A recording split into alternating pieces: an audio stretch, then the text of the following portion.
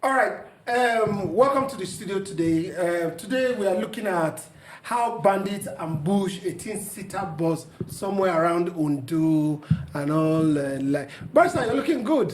Thank you. Yes, welcome to the studio. Welcome to the studio. Bandit dare not see you like this. I'll be a fast ram. There is no explanation. The bandits have gone to You pay for West, the. and they're not ravaging Ekiti State. You Yeah, maybe because they heard that Tinubu is in Lagos. Just probably. When they see you, pay for the other 18 people. It's a terrible thing.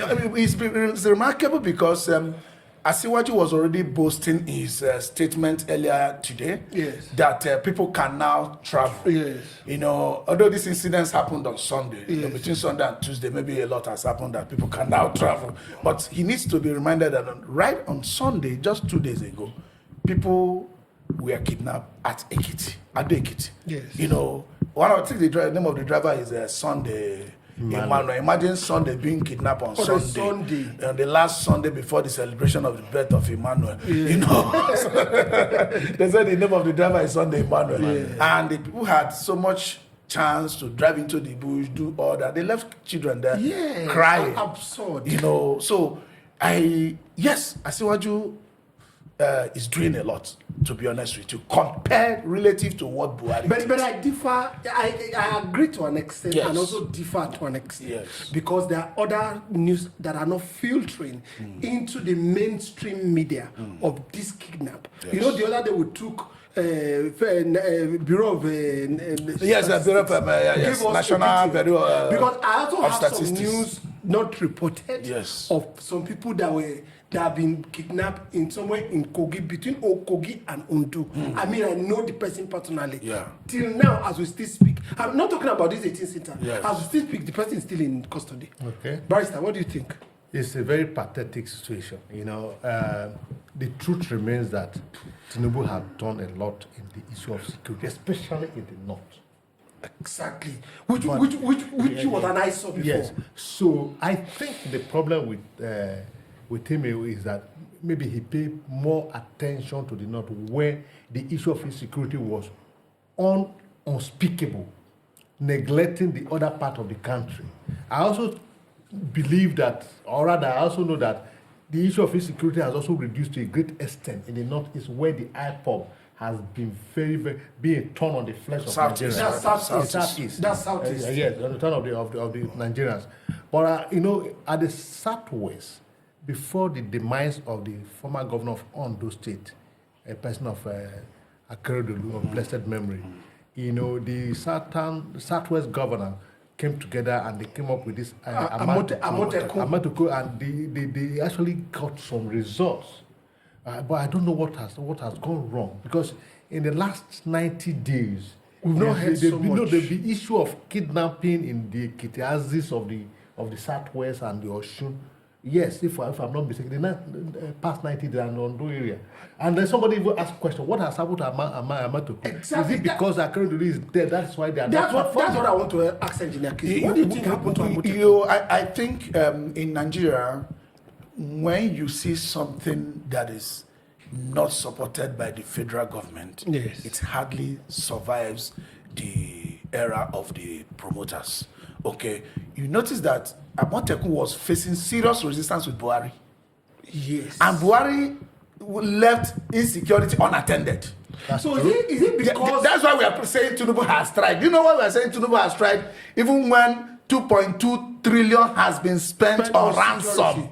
On ransom. NBS National Bureau of Statistics released that Nigerians have paid 2.2 trillion naira on ransom in 1 year. Was it looking as if Amotekun was opposing the Buhari? No, they weren't. So let me tell you. So that wasn't a good record even on that Tinubu. But do you know why we still say Tinubu has tried? Because Buhari left insecurity unattended. You forgot that Gumi was speaker of the terrorists. And nobody arrested him. Nobody asked him anything. And the negotiator. Nobody talked to him. I've not been seeing Gumi again.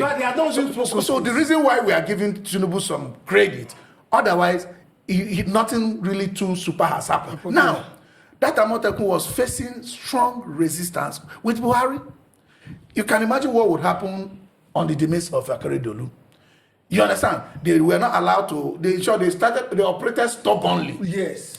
They forced themselves. They couldn't get equipment. Yeah, they couldn't get the equipment, security equipment required to function. They were not chartered or given the authority from the federal government. You know, if you follow our constitution, solely the police and all those that can bear arm, or they allow you to bear a certain level of arm. So I kept wondering why a sitting president will work against what will help him to curb security.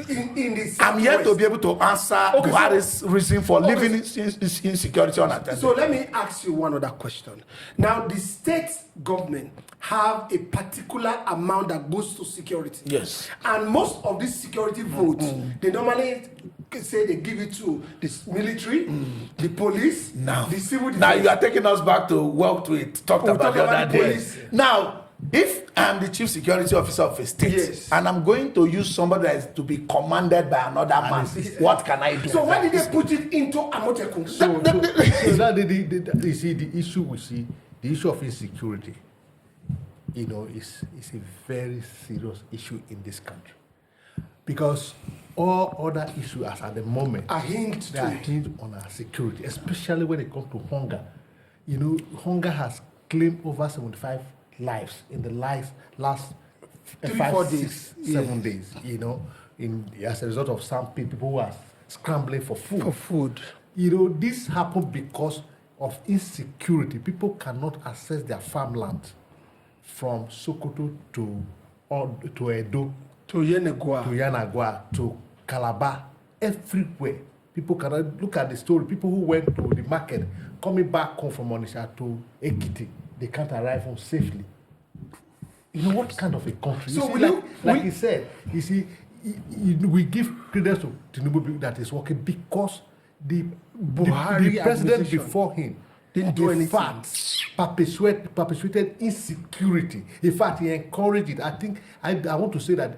I want to believe. I don't want to say. I want to believe that insecurity brought him to power. Yes. So because insecurity brought him to power, so he allowed it. They are immediate consequences. So they don't say anything wrong in what they are doing, or rather what they did. So why don't you think that the Southwest governors should focus mainly on Amotekun? Yes, so that's how I was going. You see, when you talk about the security vote that the amount for the set aside for the governor to operate, how can they really operate? That's the question they ask.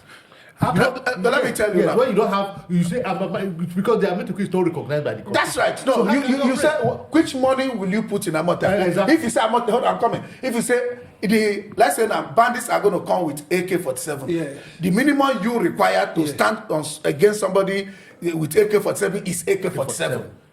Now, if what money will I put in Amotekun if Amotekun is not legally allowed to use AK-47? So which budget? Now I have to rely on the army that will be commanded by the president, who is against the Amotekun, to come to their rescue. That's right. So you see why I tell you that you must. You see, there is no alternative to state police and local police, because there's no money a chief security officer of the state, which is the governor, can spend on security today that will work effectively, because he's not the commander. And those people he commands, or the people commanded by others, the more money you put in them, the more things you buy for them. It's good, but they are commanded by another person. When you are delivering any job, human resources, material resources, time resources, all of them must be under your control. Warren Buffett said something. He said, own nothing, control everything.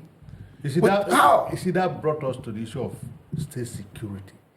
State police. If we must ensure that there's security, we must come back to that state police and community police, wherein everybody police is where everybody knows each other. When there's a stranger. So the Amotekun actually looked something of sort like a community police. Of course, it looked, but we're still saying the same thing. It's a dog. It's a toothless bulldog. Toothless bulldog. It's like a hide and seek game. They were not even authority. You understand? They are not. Can you see Amotekun? What is their uniform and the gadgets that they can bear? They are using whistle. They are using juju. They are using. They are using lot of photos. You understand? It's a fact thing. The security. Okay, so now that we have a president, for example, that is from the Southwest, we can't deny that there is nepotism. It's obvious and evident everywhere.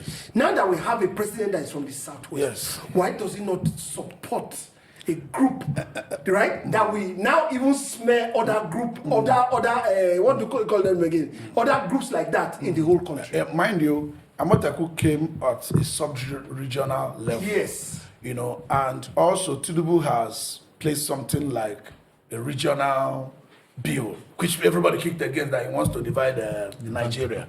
Maybe he wanted the bigger picture to come. When the bigger picture is in place, then each region can easily secure themselves.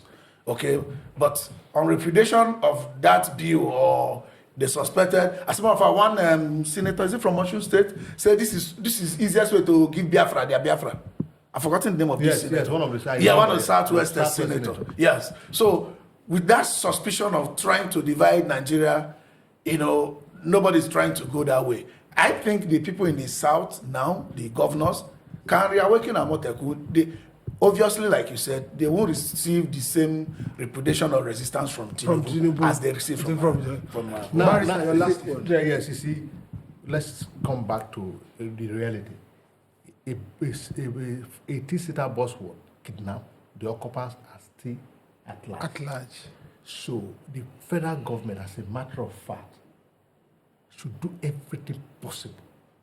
This is 24th of December, to ensure that these people get home before back to their families, so that they can spend the Christmas with their families. Especially the president, like you said, the president is from the Southwest. If it means, you know, commanding the whole troop of Nigerian army to go to go after them, then do that. You know, that is why you can deceive. You may be able to deceive others, but you can't deceive yourself. Yeah. If the president that you're expecting to do that said today that people can now travel without fear of being kidnapped, it means that he's believing and he's thinking and he has concluded people can travel without being kidnapped. Is it the same person that will now go after those kidnapped? You know, they try to live in this psychophancy, self-psychophancy, denial of facts. Now that he has come to the top, so what will he do? He should do the needful to rescue those people. Let's hope yes. He does something. He does something. Yes. Well, on this note, we are going to end this here today, but this discussion will continue after this time out.